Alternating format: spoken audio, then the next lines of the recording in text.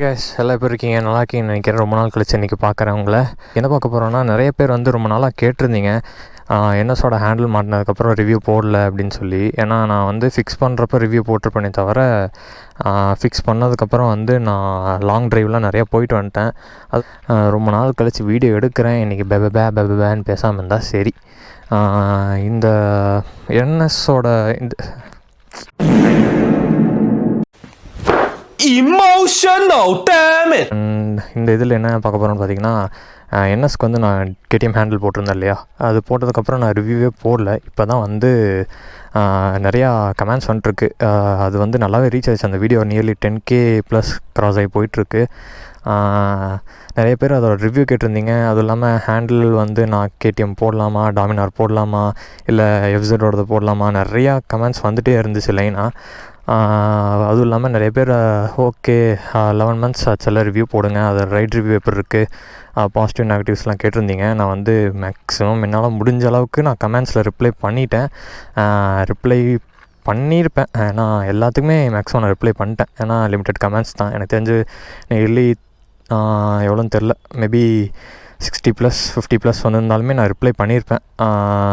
அதில் நிறைய பேர் கேட்டிருந்தீங்க அதோட இது எப்படி இருக்குது, ரைட் ரிவ்யூ எப்படி இருக்குது, வைப்ரேஷன்ஸ்லாம் வந்து வருதா இல்லை அதை ரிடியூஸ் பண்ணுதா, இந்த மாதிரிலாம் கேட்டிருந்தீங்க. ஓகே, இப்போ நான் வந்து எடுத்தோடனே நெகட்டிவில் போக வேணாம், நான் பாசிட்டிவ்லேயே சொல்லணும் அப்படின்னு சொன்னேன்னா, நான் உங்கள்கிட்ட சொல்லியிருந்தேன் இல்லையா, முதல்ல சொன்ன மாதிரி நீங்கள் அங்கேருந்து இங்கே ட்ரில் பண்ணி போடாமல் நீங்கள் வந்து டாப்லேட் யூஸ் பண்ணுங்கள் அப்படின்னு சொல்லி. நான் வாங்குறப்ப பார்த்தீங்கன்னா ஒரே ஒரு ஷாப்பில் மட்டும்தான் என்னமோ இந்த டாப்லேட்டு இந்த செட் ஃபுல்லாமே கொடுத்துருந்தாங்க. இப்போ வந்து எல்லா பக்கமே அவைலபிளாக இருக்குது. இப்போது நான் ரீசெண்டாக நான் வந்து திண்டுக்கல்லேருந்து பர்ச்சேஸ் பண்ணியிருந்தேன். திண்டுக்கல் மோட்டோ டிசிலேருந்து பர்ச்சேஸ் பண்ணியிருந்தேன். அப்போ பார்க்கும்போது பார்த்திங்கன்னா அங்கே மட்டும்தான் சேல் பண்ணிருந்தாங்க. நான் வாங்கும்போது இது ஹோல் செட்டு. ஆக்சுவலாக இந்த ஸ்க்ரூ, இந்த ஹோல்ட்ரு, டாப் பிளேட்டு, அது போக ரைசர், இந்த 3 அப்புறம் ஒரு ஹேண்டில் சேர்த்துமே எனக்கு வந்து 3K சொல்லியிருந்தாங்க. ஏன்னா அப்போ இறங்கினப்போ இந்த கம்ப்ளீட் ஹேண்டில் பார் செட்டப்பே வந்து அவங்க தான் ஸ்டார்ட் பண்ணியிருக்காங்க. அதுக்கு முன்னாடி நம்ம தான் கஸ்டமைஸ் பண்ணி டாப் பிளேட் போடுற மாதிரி இருக்கும். ஸோ அவங்க ஹோல் செட்டாகவே கஸ்டமைஸ் பண்ணி ஃபஸ்ட்டாக இறக்கும்போது பார்த்திங்கன்னா 3K அப்படிங்கிற ஒரு ப்ரைஸ் ரேஞ்சில் இறக்கியிருந்தாங்க. நான் 3K ப்ரைஸ் ரேஞ்சில் தான் வாங்கியிருந்தேன். அதுவும் நீங்கள் இன்ஸ்டாவில் போய் மோட்டோ டிசின்னு போட்டாலே வரும். நிறைய பேர் கேட்டிருந்தீங்க எங்கே கிடைக்கும்னு கேட்டிருந்தீங்க. மோட்டோ டிசின்னு இல்லை, இப்போ பார்த்திங்கன்னா நான் கோயம்புத்தூரில் இருக்கனால த்ராட்டில் பிட் ஷாப் இந்த மாதிரி நிறையா பிட் ஷாப்ஸில் வந்துடுச்சு. நீங்கள் எங்கே கேட்டாலுமே உங்களுக்கு வந்து டாப் பிளேட்டு, ரைசர் எல்லாமே இப்போ தனியாகவுமே சேல் பண்ண ஆரம்பிச்சிட்டாங்க. ஸோ நீங்கள் பெட்டர் அதில் பார்க்கலாம். எனக்கு தெரிஞ்சு நான் வாங்கினதுக்கப்புறம் இப்போது ப்ரெசன்ட் ரேஞ்ச் ஒரு 1 year போதா, ப்ரெசன்ட் ரேஞ்சில் பார்த்திங்கன்னா அது ஒரு 2K பக்கம் வந்து சேல் ஆகிட்டுருக்கு. இந்த ஹோல் செட்டுமே வந்து ஆஃபர் ப்ரைஸில் 2K தான் கொடுத்துட்ருக்காங்க. நீங்கள் வாங்கி போடுறதுனா தாராளமாக வாங்கி போடலாம். இதோட பாசிட்டிவ் வாங்க வீடியோக்குள்ளே போகலாம்.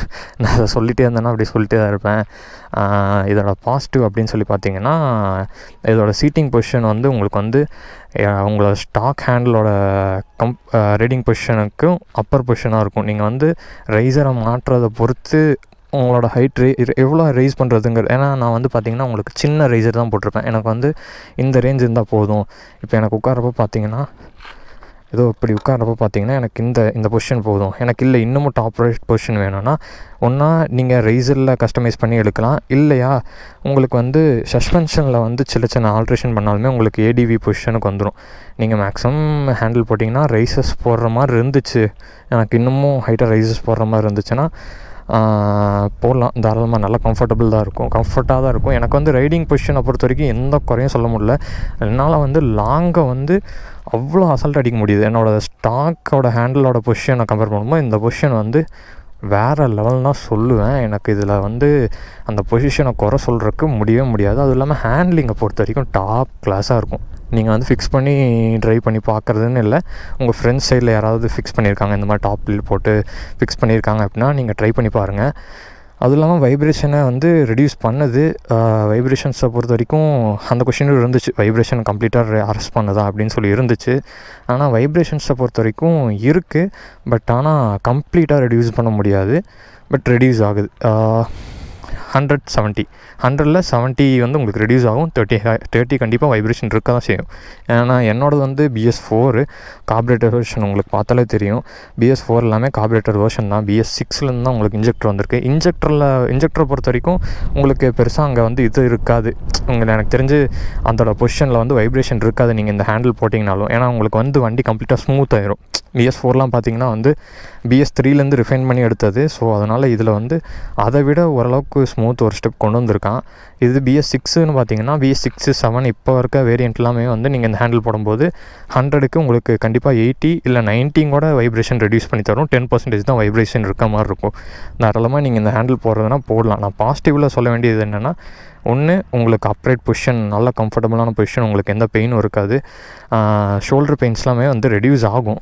இன்னொன்று என்னென்னா, செகண்ட் வந்து உங்களுக்கு வந்து கண்ட்ரோல் வந்து கண்ட்ரோலிங்கை பொறுத்த வரைக்கும் உங்களுக்கு வண்டி உங்கள் குழந்த மாதிரி வரும்.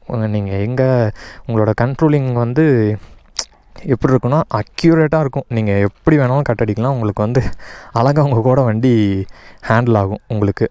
இன்னொன்று, இந்த பாசிட்டிவாக பொறுத்த வரைக்கும் 2 பாசிட்டிவ் தான். இதுக்கு மேலே சொல்கிறது நெகட்டிவ். நான் நெகட்டிவ் சொன்னாலுமே இந்த 2 பாசிட்டிவாக வாங்கலாம். கம்ஃபர்டபுளுக்கும் உங்களுக்கு ரைடிங் கண்ட்ரோலுக்கும் வாங்கலாம். நெகட்டிவ் வந்து நீங்கள் ரெடியூஸ் பண்ணலாம். ஏன் ரெடியூஸ் எப்படின்னா, சரி ஃபஸ்ட் நான் நெகட்டிவ் சொல்லிடுறேன். என்னென்னா, உங்களுக்கு வந்து இந்த அப்ரைட் பொசிஷன் வரனால இப்போ நீங்கள் நின்றுட்டுருக்கும்போது நீங்கள் திருப்பினீங்கன்னா உங்களுக்கு வந்து எனக்கு வந்து ரொம்ப ஸ்டிஃபாக இருக்க மாதிரி இருக்குது. ஆக்சுவலாக டயர் வந்து எனக்கு 90 கான், 10% தான் இருக்குது. சேஞ்ச் பண்ணணும். மேபி ஒரு வேளை அப்படி இருக்கனால எனக்கு வந்து இந்த ஸ்டிஃபாக தெரியுதா. ஸ்டிஃப்னால் இந்தளவுக்கு உங்களுக்கு வந்து இந்த லூஸ்னஸ் இருக்கும், ஒன்றும் ப்ராப்ளம் இல்லை. பட் இது வந்து ஜல்லியாக இருக்கனால உங்களுக்கு அப்படி தெரியுது. இதே ஒரு ஸ்டிஃபான இடத்துல இது பண்ணும்போது கொஞ்சம் ஹார்டாக திருப்புற மாதிரி இருக்குது. ஸோ அது ஒன்றா. இன்னொன்று வந்து அதனால் சில இடத்துலலாம் வந்து ட்ரைவிங் பண்ணுறப்போ வந்து நம்ம திருப்புறப்போ வந்து ஸ்மூத்தாக இருக்குது. பட் நின்றுட்டுருக்க இடத்துல வந்து நம்ம அந்த வெயிட்டை ஹேண்டில் பண்ணி டர்ன் பண்ணுறப்போ எனக்கு சில டைம் ஷோல்டர் பெயின்ஸ் வந்து வருது. செகண்டு நெகட்டிவ்னு சொல்ல, செகண்ட் மைனஸ் என்ன அப்படின்னு சொல்லணும்னு பார்த்தீங்கன்னா, உங்களுக்கு வந்து ஆக்சிலேட்டர் கேபிள் வந்து ரொம்பவுமே இதாகுது. உங்களுக்கு இந்த ஆக்சிலேட்டர் கேபிள் தெரியுதுன்னு நினைக்கிறேன். இது வந்து கேபிள் வந்து பார்த்திங்கன்னா இங்கே திருப்பும்போது இந்த இடத்துல வந்து முட்டும். இந்த இடத்துல வந்து முட்டும் நல்லாவே. நான் கொஞ்சம் இது பண்ணி வச்சுருக்கேன், ரைஸ் பண்ணியிருக்கேன். இங்கே பார்த்தீங்கன்னா தெரியும். ஆக்சுவலாக சஸ்பென்ஷனே வந்து ஹைட் பண்ணி போட்டிருக்கனால வந்து உங்களுக்கு இந்த இது வந்து முட்டுறது வந்து பெருசாக தெரில. இல்லைனா வந்து அது ரொம்பவுமே முட்டுது. ஏதோ முட்டி எனக்கு இப்போ இங்கே இந்த ஒயிட் லைன்ஸ் மாதிரி ஏதோ வந்திருக்கு பாருங்கள். அது ஆக்சுவலாக முட்டி தான் வந்துச்சு. இன்னொன்று அது பிரச்சனை இல்லை, அது முட்டலையோ அது நீங்கள் ரைஸ் பண்ணிங்கன்னா கொஞ்சம் இடிக்கிறது வந்து தடுத்துக்கலாம். பட் ஆனால் என்னென்னா, ஆக்சிலேட்டர் கேபிள், கிளச் கேபிள்ஸ்லாம் வந்து ஓவர் டைட் ஆகுது. இங்கே ஒரு நாய்ஸ் வரும். அந்த நாய்ஸ் வந்து நான் வந்து கேப்சர் பண்ணி போட ட்ரை பண்ணுறேன். பட் சரி, ஓகே, கேப்சர் பண்ணி போட ட்ரை பண்ணுறேன். ஆக்சிலேட்டர் ஒயர் வந்து கொஞ்சம் ரொம்ப டைட் ஆகுது. இதுக்கு வந்து நீங்கள் பேசாமல் இந்த மாதிரி டாப் பிளேட் போட்டு நீங்கள் போடுறீங்க அப்படின்ற போது, இந்த ஹேண்டில் போடுறீங்கன்ற போதே நீங்கள் வந்து ஆக்சிலேட்டர் கேபிள்ஸ்லாம் பார்த்திங்கன்னா இதுக்கு சிமிலராக வாங்கி மாட்டிக்கலாம். KTMோடது வாங்கி நீங்கள் சேஞ்ச் பண்ணி மாட்டிக்கலாம். உங்களுக்கு அந்த ப்ராப்ளம்ஸ் வந்து ரெடியூஸ் ஆகும். இன்னொன்று, கிளச்சை பொறுத்த வரைக்கும் கிளச் வந்து அடி வாங்குற மாதிரி எனக்கு தெரியுது.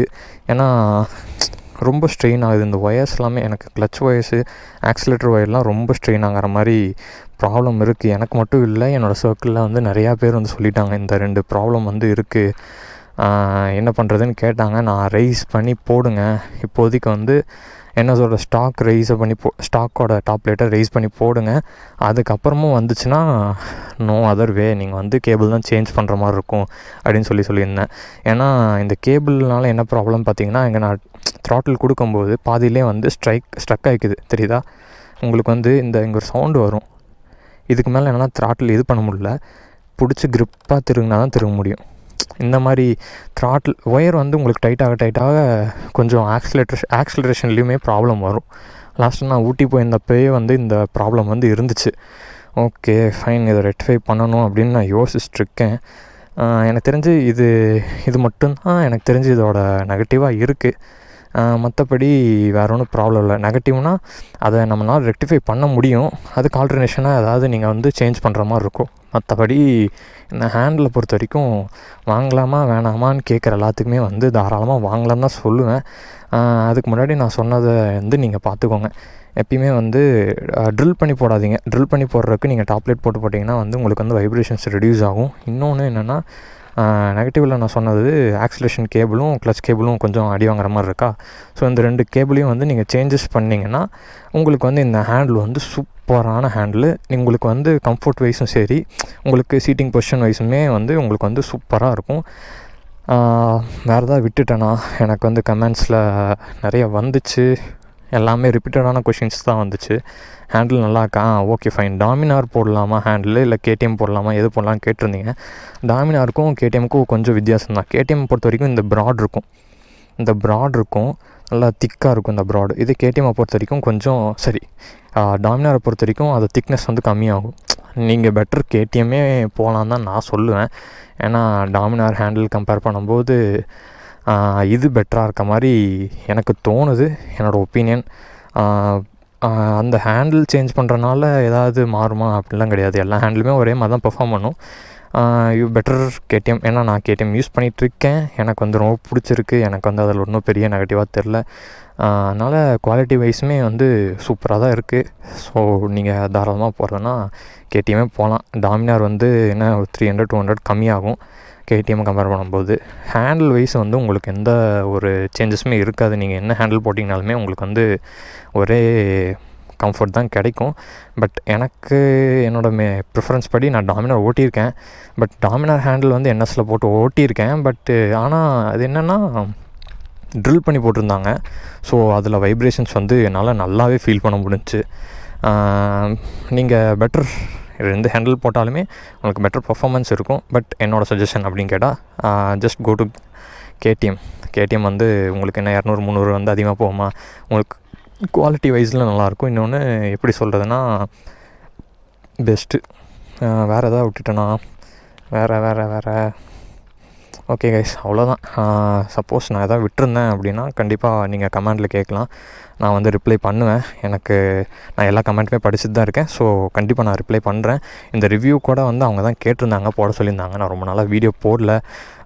So this is my honest opinion. கண்டிப்பாக நீங்கள் சேஞ்சஸ் பண்ணலாம். பாசிட்டிவ் வந்து ஒரு பெரிய ப்ளஸ்ன்னு சொல்லலாம். உங்களுக்கு ரைட் கம்ஃபர்ட்டும் கொடுக்கும், உங்களுக்கு சீட்டிங் பொசிஷனுமே பெட்டராக இருக்குது. இதுக்கு மேலே வேறு என்ன வேணும்? அந்த ஹேண்டில் வந்து நம்ம கம்ஃபர்ட்டுக்கும் சீட்டிங் பொசிஷனுக்கும் தானே போடுறோம்.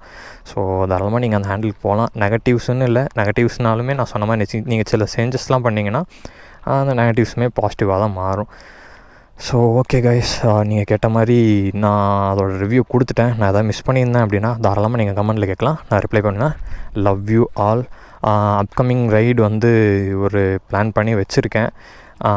ஆக்சுவலாக 2 பிளேஸ் பிளான் பண்ணியிருக்கேன். வர்க்காலா இல்லை தனுஷ்கோடி. எனக்கு தெரிஞ்சு சோலோ ட்ரிப் தான் அடிக்க போகிறேன்னு நினைக்கிறேன். ஏன்னா என் கேங் வந்து again they are going to Kodaikanal. So நான் எக்ஸ்ப்ளோர் பண்ண பிளேஸை ஏன் இத்தனை டைம் எக்ஸ்ப்ளோர் பண்ணணுன்னு தான் அந்த 2 பிளான் வச்சுருக்கேன். ஓகே, உங்களுக்கு ஏதாவது இந்த பிளேஸ் போங்க, இந்த பிளேஸ் போய் போடுங்க அப்படின்னு சொல்லி உங்கள் மைண்டில் எதாவது இருந்தால் தாராளமாக நீங்கள் போடுங்க. நான் அந்த பிளேஸை நான் ரெஃபர் பண்ணிட்டு ட்ரை பண்ணுறேன்ல, நான் மேக்ஸிமம் போகிறேன். நீங்கள் கமெண்ட் பண்ணுங்கள், எந்த பிளேஸ் வந்து மோஸ்ட் கமெண்ட்ஸ் இருக்கோ அந்த பிளேஸ்க்கு நான் போகிறேன். தாராளமாக என்னோடய வீடியோஸ் வரும். கொஞ்ச நாள் கொஞ்சம் சின்ன கரெக்ஷன்ஸ் இருந்துச்சு. இங்கே பாருங்கள், என் வண்டியை அழுக்காக குப்பை மாதிரி கிடக்கு. இன்னும் அது க்ளீனே பண்ணல. நீ போய் தான் க்ளீன் பண்ணணும். எனக்கு வண்டியை பார்க்குறக்கே டைம் இல்லை. நான் இப்படி வச்சுருக்கேன் பாருங்கள் வண்டியை. இப்படி நான் வண்டியை பார்த்ததே கிடையாது.